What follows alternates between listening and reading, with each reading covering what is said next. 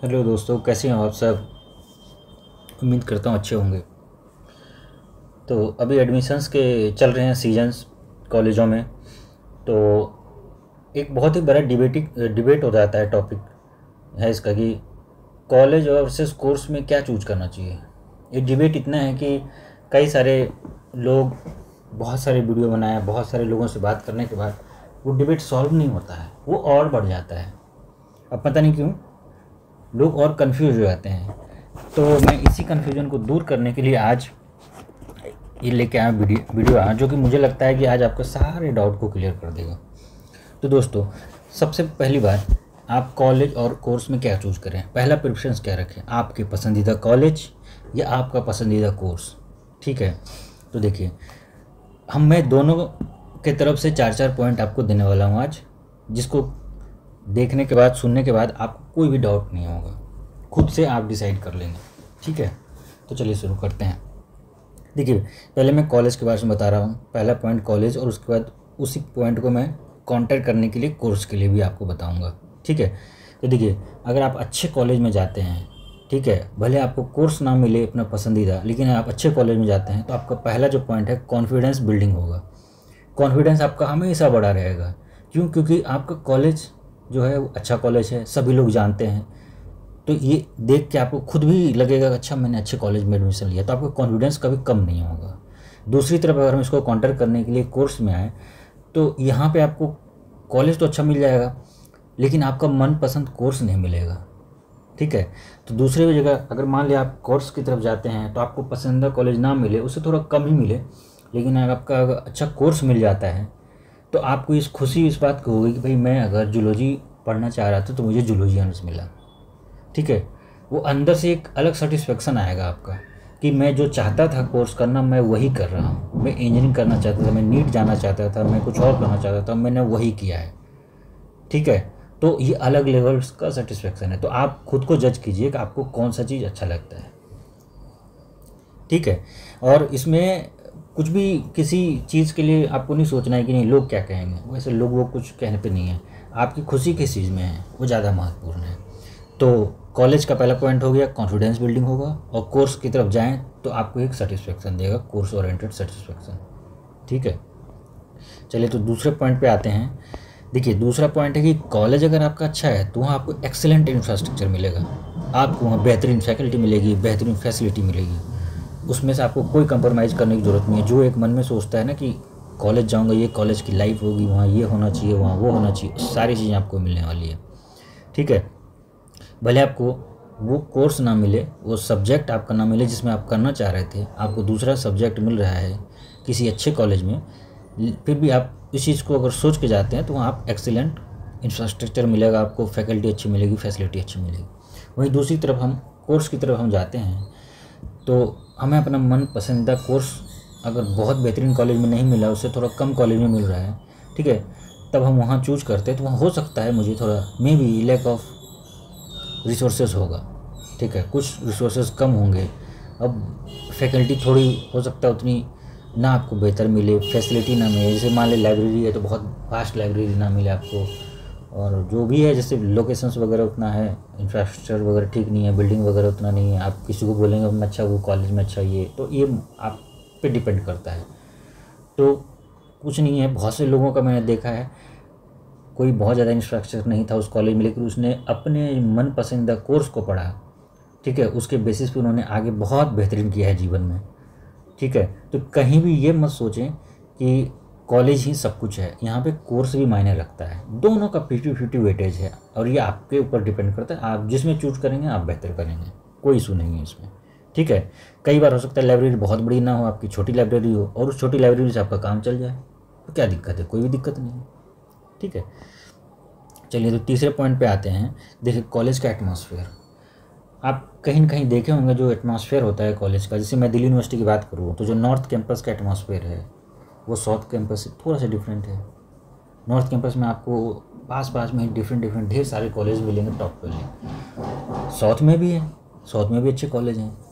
थोड़ा सा कहीं ना कहीं होता है, लोगों का राय है, स्टूडेंट बताते हैं कि भाई जो नॉर्थ कैंपस है वो थोड़ा सा कहीं ना कहीं एज रखता है। उनका फर्स्ट प्रेफरेंस नॉर्थ कैंपस के कॉलेज हैं दिल्ली यूनिवर्सिटी के, पहला प्रेफरेंस है, दूसरा प्रेफरेंस साउथ की है। साउथ वाले बोलते हैं कि साउथ में अच्छा, जिनका घर पास में है, जो साउथ कैंपस के पास में है, तो उनके लिए वो ज़्यादा बेस्ट हो जाता है कि पास है, कि डेली ट्रैवलिंग का बच जाता है। ठंडी गर्मी बरसात आपको लॉन्ग डिस्टेंस ट्रैवल करना पड़ेगा।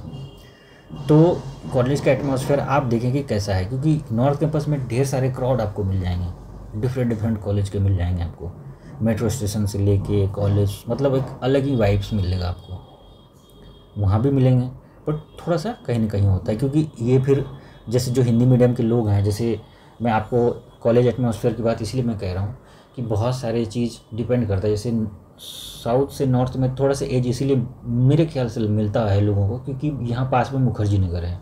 मुखर्जी नगर में क्या होता है कि आपको जैसे पता है यूपीएससी का एसएससी का हब है, खासकर हिंदी मीडियम वालों के लिए। तो जो क्राउड है वो एक थोड़ा मल्टी उसमें हो जाते हैं, ठीक है। बहुत से लोग होते हैं, जैसे वो आपके कुछ तैयारी वगैरह कर रहे हैं तो ईजिली एक्सेसिबल है मुखर्जी नगर से। और अगर हॉस्टल नहीं मिला तो आपको मुखर्जी नगर, गांधी विहार, नेहरू विहार, दुनिया भर के आप रहने के लिए जगह मिल जाएंगे। तो जो एटमॉस्फेयर है कॉलेज को अलग वाइब्रेट मतलब यहाँ देखते हैं उसका अच्छा सा एक हो जाता है। देखिए अब दूसरा क्या है कि अगर आप कोर्स लेते हैं तो हो सकता है वो कोई आउटसाइड, अगर मैं दिल्ली यूनिवर्सिटी की बात करूँ तो कोई आउटसाइड के कॉलेज हैं, ठीक है। तो वहाँ उस तरह का मतलब जो एनवायरनमेंट है आपको नहीं मिलेगा, और may not be the good enough, मिलेगा भी तो उतना नहीं मिलेगा आपको, लेकिन वो भी दिल्ली यूनिवर्सिटी के है, सेम कोर्सेज हैं, सेम आपके डिग्री मिलेंगे, बट वो जो एटमॉस्फेयर है वो आपको नहीं मिलेगा, ठीक है। तो देख लीजिए आप, अगर कोर्सेज आपका प्रेफरेंस है तो आप साइड किसी दिल्ली यूनिवर्सिटी के साइड कॉलेज जो मतलब मेन कैंपस में नहीं है, साउथ कैंपस नॉर्थ कैंपस में ना हो, कि जो साइड बहुत सारे कॉलेज भी मिल जाते हैं आसानी से, उनमें थोड़ा लोगों को कम चॉइस होता है जाने का, तो आप उसमें भी ट्राई कर सकते हो, उसमें भी देख सकते हैं, कोई इशू नहीं है, ठीक है। तो चौथा जो हमारा पॉइंट है वो है कि अच्छे कॉलेज में आपको एक्सेलेंट ब्रांड वैल्यू मिलेगा आपको, ठीक है। जो अच्छे कॉलेज हैं उनका ब्रांड वैल्यू बहुत होता है, तो कहीं भी आप जाएंगे तो बोले भाई मैं इस कॉलेज से हूँ, तो एक कहीं ना कहीं पॉजिटिव इम्पैक्ट पड़ता है लोगों में, ठीक है। और अगर दूसरे कॉलेज की बात करें तो उसमें थोड़ा, अगर आपने चूज किया है कोई सब्जेक्ट जो आपके पसंद का है बट बेहतर बहुत टॉप कॉलेज में ना मिला, तो कॉलेज का एवरेज ब्रांड वैल्यू आपका यहाँ पे थोड़ा सा आपको कहीं ना कहीं होगा। लेकिन ऐसा भी नहीं है कि सब कुछ कॉलेज का ब्रांड वैल्यू है। मैं कई लोगों को जानता हूँ जो साइड कॉलेज जो main north campus south campus Delhi university के नहीं हैं, बट उनमें भी उन्होंने अच्छे से पढ़ाई किया और खुद के दम पे बहुत आगे निकल गए हैं, जो कि नॉर्थ कैंपस और साउथ कैंपस के बहुत से कॉलेजों के बच्चे नहीं कर पाए। आप इस चीज़ को माने न माने, कॉलेज एक लिमिट तक आपको हेल्प करता है, उससे ज़्यादा खुद को करना पड़ता है। आप कोई भी हो, ऐसा नहीं है कि नॉर्थ कैंपस और साउथ कैंपस के जो मेन कॉलेज हैं, अच्छे कॉलेज हैं, वहीं के बच्चे सफल होते हैं, जीवन में बेहतर करते हैं, ऐसा बिल्कुल नहीं है। जो थोड़े से साइड में भी हैं उनके भी बच्चे अच्छे निकलते हैं और बेहतर प्रदर्शन करते हैं, कई बार तो वो भी टॉप करते हैं। तो आप अगर अपना पसंद का चूज करते हैं कोर्स, तो कॉलेज बहुत ज़्यादा हो सकता है मायने ना रखे आपके लिए, तो ये भी आप पॉइंट ध्यान में रखें। चलिए, तो देखिए बहुत लंबा वीडियो नहीं करते, मैं बिल्कुल फाइनल कंक्लूजन में आता हूँ। देखिए, कुछ भी डिसीजन किसी के प्रेशर में ना लें।